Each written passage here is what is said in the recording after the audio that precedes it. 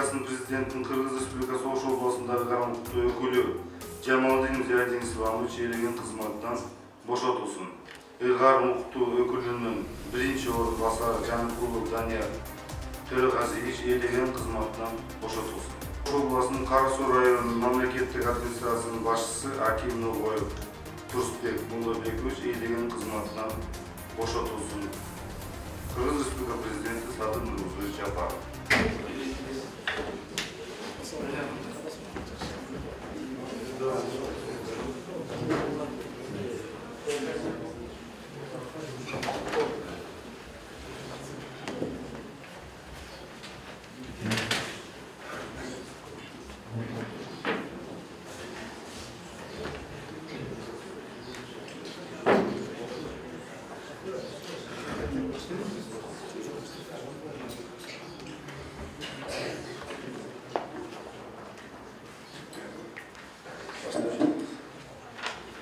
Саламатсыздар, урматтуу Ош областынын активи.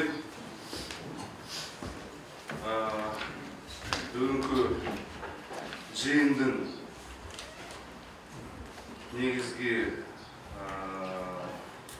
эки жарлык президенттин айтылат, бир өкмөттүн тескемеси.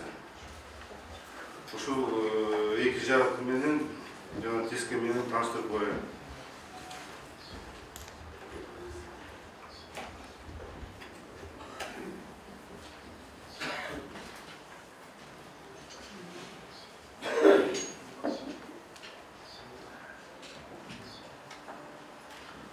Кыргыз Республикасынын президентинин жарлыгы.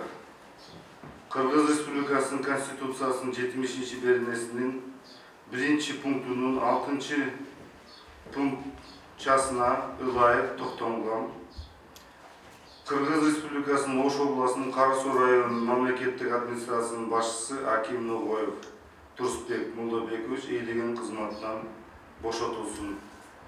Кыргыз Республика президенти Садыр Нурмузбекович Жапаров. Бул биринчи жарлык.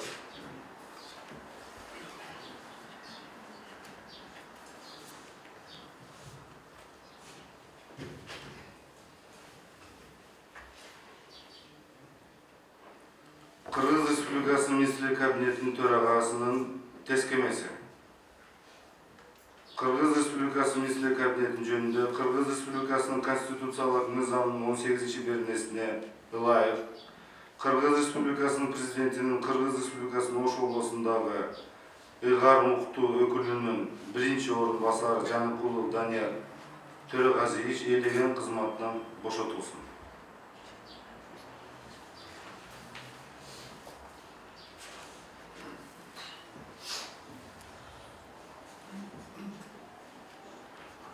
Кыргыз Республикасынын президентинин жарлыгы. Кыргыз Республикасынын Конституциясынын 71-ши беренесинин жетекчилиги алып токтолгон Кыргыз Республикасынын президентинин Кыргыз Республикасы Ош областындагы карамыктуу өкүлү Жамалдин Зиядин Исламович ээлеген кызматтан бошотулсун. Кыргыз Республикасынын президенти Садыр Нурмузбекович Жапаров.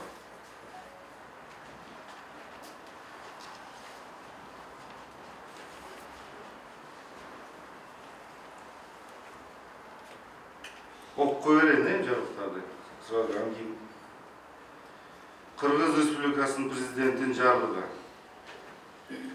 Кыргыз Республикасынын Конституциясынын 71-ши беренесинин жетекчилиги алып токтолгон Жантаев Элчибек Нуржатыевич Кыргыз Республикасынын президентинин Кыргыз Республикасы Ош областындагы ыйгар укуктуу өкүлү болуп дайындалсын. Кыргыз Республикасы президенти Садыр Нурмузбекович Жапаров. Урматтуу коллегалар, урматтуу актив, бул президенттин жана министрлер кабинети төрагасынын чечимдери, бул мамлекеттик кызмат, ар бир мыйзамга ылайык, мыйзам чегинде конституция негизинде иштей алып барабыз. Ошон үчүн президенттин өзүнүн ыйгар укуктары бар, ушу менен колдонуп мына жарлыктарды чыгарды.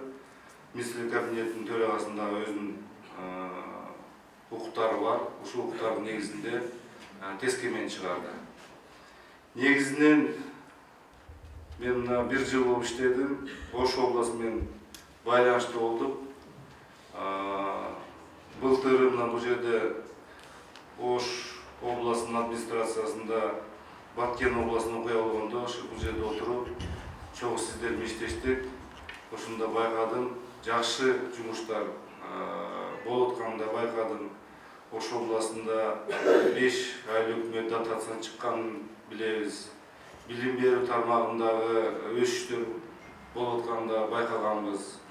Жер мунапыс боюнча дагы сиздер билесиздер, президенттин жарлыгы негизинде мыйзам кабыл алганбыз. Ушул боюнча дагы Ош областы жер мунапыс боюнча жакшы жумуштарды аткарды.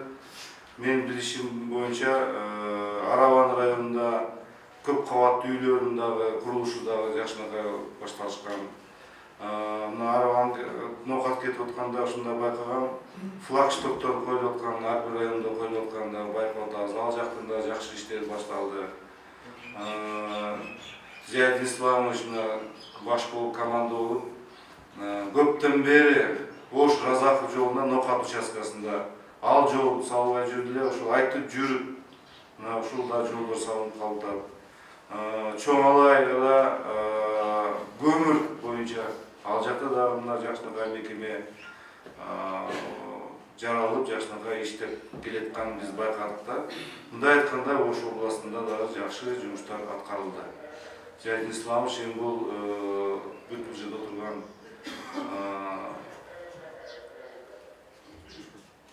жетекчилер, барыңыздарга сиздерге чоң рахмат. Бул эми көп деле комментарий кылбайлык. Бул президенттин жарлыгы, бул чечимдер. Ошон үчүн бул жерде көп сөз кылбай, эгерде Зиядин Исламович сизде сөз болсо сөз сүйлөп коюңуз. Анан кийин жаңы дайындалган губернаторго да кыскача сөз берип койсок, ошо менин жыйынды жыйынтыктасам.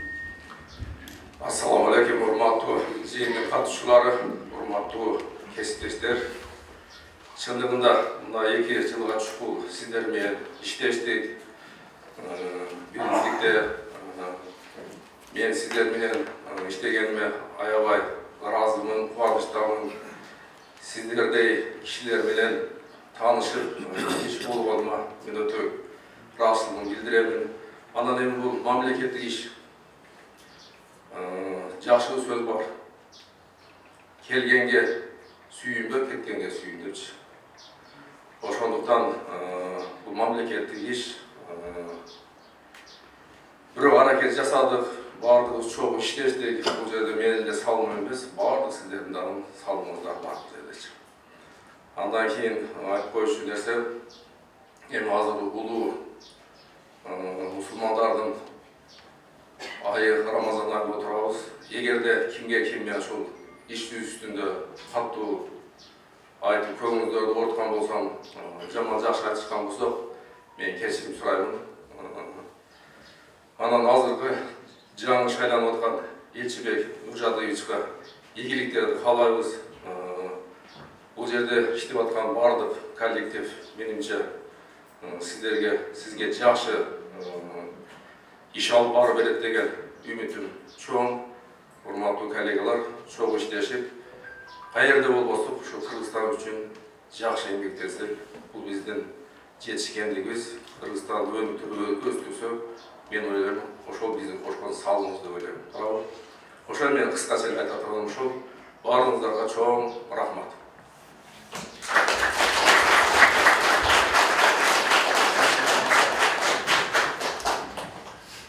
Саламатсыздарбы, урматтуу Ош облусунун активи, урматтуу ардагерлер, урматтуу жалпыга маалымдоо каражаттары. Орозон улуу күнүндө сиздер менен жүз көрүшүп амандашып атканыма кубанычтамын албетте. Анан эми мына ушул 2 күндөр сиздер менен ишти баштаган турабыз. Ошол учурда эмне деп айтат элем? Кызмат бул аманат. Чын айтыш керек, сунуш бүтүсүздөн түштү. Анан эми Кыргызстандагы эң чоң облусту жетектеш, стратегический областты жетектеш, бул жанымдын өгөсү. Чынында мен муну баягы өтө мындай кубануу менен деле кабыл алган жокмун. Мындай ошол эле учурда жоопкерчиликти сезе билдим да. Ошондуктан мен ойлойм, бүгүн мына мамлекет башчыбыздын талабы өтө катуу болуп турган кезде мен дароо айтып коюшум керек, урматтуу менин биякта отурган кесиптештерим, талап да катуу болот. Жергиликтүү өз алгыча башкаруу органдары аркылуу мамлекет башчыларыбызга, жетекчилерге бийлик артат. Ошондуктан бүгүн жергиликтүү өз алгыча башкаруу органдарына, жергиликтүү мамлекеттик администрацияларга бардык инструменттер берилип атат. Эмгек маяна көбөйүп атат, дагы көп нерселер бар. Мына ушундай учурда эки эсе жоопкерчилик, эки эсе көбүрөөк иштешибиз керек. Мен мына ушуну талап кылат элем. Анан эми жалпыга мен айтам, урматтуу коомчулук, бирге иштейбиз. Бирге иштесек көп ийгиликтерди жаратабыз. Андыктан жалпыңыздарга ден соолук ийгиликтерди каалайм. Рахмат.